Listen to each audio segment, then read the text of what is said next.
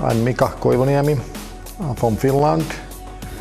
Last 12 months been pretty good for me. I'm still #1 ranked bowler in the World Bowling Tour, and I won the World Bowling Tour finals of the last Ryder Cup, and I'm ready to kick some US ass today.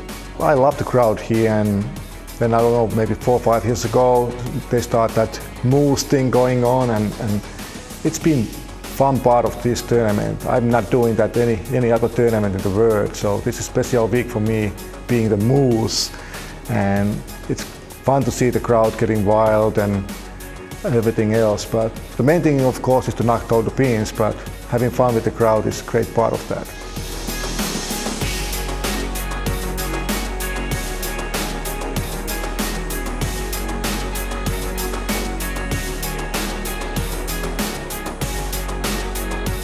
My name is Mike Fagan. I'm from New York. I'm currently residing in Dallas, Texas. My biggest accomplishment over the last 12 months was winning the USBC Masters major on the PBA Tour. I think I'll be a lot more relaxed at this year's event. Last year was a little bit nervous, especially with the new scenery, obviously the one lane, the loud crowds and everything, a little bit of pressure, but I'm feeling good this year, feeling a little more confident, so hopefully I won't go on such a long wait before my first win this year. I think if I have to admire somebody from the European team, I'm going to have to go with Mika. He's just been so dominant for such a long period of time, and that's just something I have to respect. I mean, just to be able to be that consistent over that many years and to work at it is definitely something to admire. The US team is really strong, like they always been. Mike Fagan had a great year. In the PPA, was close to be Player of the Year, been bowling great for the European Tour and the World Bowling Tour. Well, that's how things stand, and that's a pretty messy scorecard for two such quality performers, and they'll be the first to tell you. Well, it's interesting, Simon. These guys play on the American Tour and also around the world, and they do actually appear on television quite a good, considerable amount of times under pressure like this, but as I say, it seems to be getting to them, and there's Mika straight through the headpin, leaving the 3, 6 and the 10. Oh, this is painful. And from Mika's point of view, he is rather confused now. He's trying to stick with that same line, but that one really did jump on him. Well, let's talk about the oar moving around. He's obviously grooved the little zone there that's a bit dry for him. The ball's gone into that dry zone and started to overreact, and so it's come up high on the headpin, didn't make the pocket, and this is almost a similar spurt to the one he missed in the last frame. It's always a tricky subject to try and discuss, because there aren't a lot of analogies in the world of sport, but really what we're looking at a ball that's rotating, Cass, when it's on the oil, will be able to hold its line that the bowler has sent it out on. When it reaches the dry end, that's when that rotation will start to take and the ball will react with the lane. Yes, Simon, the ball is actually aquaplaning. Although it's rotating, it's aquaplaning on the oil. It comes off onto the dry patch, and that's where the power comes, the drive. The ball rotates into power, hooks up and hits those pins. I was almost going to say just like that, but that's a really good pocket shot. It leaves a solid stone 9-pin, simply because that ball has cut through. And I go back to what you were saying, the ball only hits 4 pins on a perfect strike. It hits the 1 and the 3 pin, it drives through to the 5, which then should deflect the ball onto the 9. With these reactive resin balls and what they call particle balls, there's so much power on the ball as it goes into the pocket, it just doesn't deflect off the pins. It keeps driving through, and that's why you sometimes leave up a back pin like the 9 pin just there, and that can only be a spare off of really a great looking shot. Koivuniemi handed his second lifeline by a disconsolate Mike Fagan, and this time can Koivuniemi take it? But I mean, he's stepping up there, he's really not sure about where he wants to go, and if he gets a very similar reaction in that dry back end of the lane that he did the last time out, then he's going to struggle to find the pocket. So where does he go? That's the question. Just a little less loft on that one, and that's a beautiful shot from Mika Koivuniemi. And Team Europe have a real chance now. I kind of got the feeling that he may have moved his feet left on the approach there just to get a different angle, but he's stuck with it.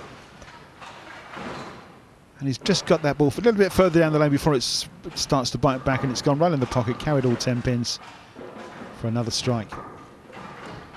It's his 4th strike of the game in the foundation frame, and it's the best time to get it. Frame 9 gives you the chance to shoot 3 strikes in the 10th frame, and this is a big ball for Mike Fagan.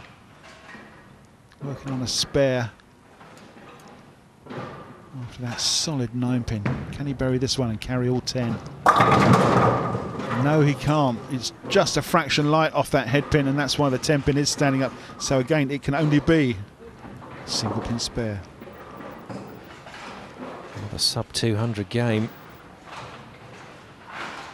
in the Weber Cup. It's not really about the score. As long as your score's better than your opponent, then that's fine. But these guys have got their pride. Takes out the 10-pin. But Mike Fagan now reliant on Mika Koivuniemi to make a mistake. Well, the thing is, Simon, of course, they're fighting this lane. It's the lane condition that they're fighting, and if they can master that, they're going to shoot strikes, and they're going to have a 240s, 250 games. It's not they're not really worrying about their opponent's score. If they can beat the lane, they're going to shoot enough to win. And unfortunately, at the moment, the lane is winning. Mika then with a golden opportunity to level the scores in Weber Cup 13. Ideally wants to strike it off through the 10th. Oh no. No. He's left a single pin on the other side of the rack now. And it's all gone very close again.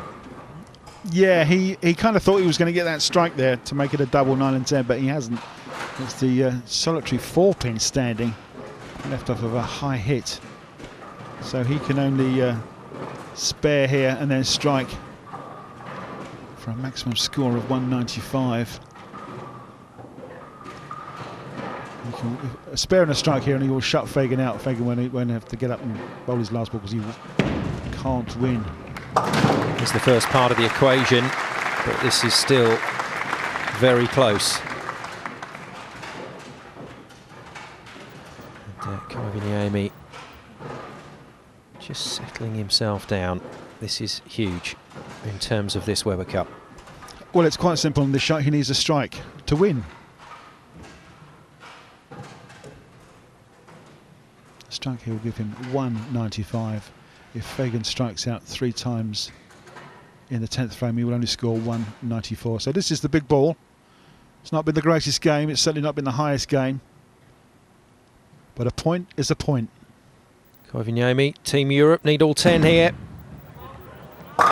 They've got them, and that's the way to do it. If you get a chance to close the door, close it, and there's our first Moose celebration of Weber Cup 13. And why not? What a time to find a strike like this. Mika Koivuniemi once again handed an opportunity, but this time uses all that experience to take it, and he's taken it in style.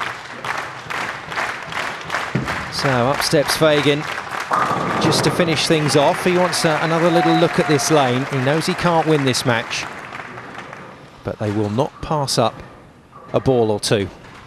Well, isn't it ironic that he strikes now when it's too late? He's had 2 great looking shots in frames 8 and 9, left a single pin standing, and now when it's all over, he gets a strike. The odds are that he may get another one, especially if the crowd help him out a bit. And they are. So come on, Mike, bury one in the pocket.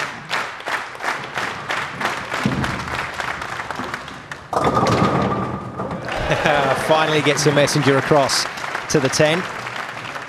And also took advantage of changing the ball there. So he's just experimented with a different ball to see if he gets a different reaction. And may well be using that one in the upcoming matches. Yeah, good spot, Cass. But Koivuniemi, is that a faint smile just across the corners of the mouth there for Major Mika? So Fagan then to finish off. Plenty to think about for Fagan and the American team, and the machine gets down before that pin can drop. Well, in the end, a very scrappy contest between those two. I think Cas Edwards quite right in saying that the lane was the winner, but in terms of this Weber Cup, it's Mika Koivuniemi that actually records the score, and Team Europe get their first point on the board at Weber Cup 13. Confirmation then of that result: 195 plays 193, two scores that both men would wish to forget, but it's Koivuniemi that has the point for Europe. So that'll settle the nerves, and Team Europe managed to get that point on the board. It's 1-1, but there's a long, long way to go. Tony Wrighton's down on the show lane for a chat. Thank you very much. Mika, you just breathed out a huge sigh of relief there, didn't you? Yeah, that was big win for us. It's better to be 1-1 than 0-2, so we really need that, and I think it's time to go on. Right? It looked a bit of a struggle for you out there at times tonight. Yeah, it's I haven't figured out how I make my ball go to the pins to strike, and seems like everybody else has some troubles too, but I'm sure we will figure it out. It's good to see you at the end. We saw that moose celebration finally. Took a while though, didn't it? Yeah, I don't feel too comfortable yet, but I will get there. Okay, well, we'll look forward to it. Mika, well done. Congratulations. There you go, ladies and gentlemen. Mika Koivuniemi wins the first point for Team Europe. Join us after the break when things get a little tricky as bowlers from both sides treat us to an exhibition of trick shots to wow the crowds here at the Weber Cup.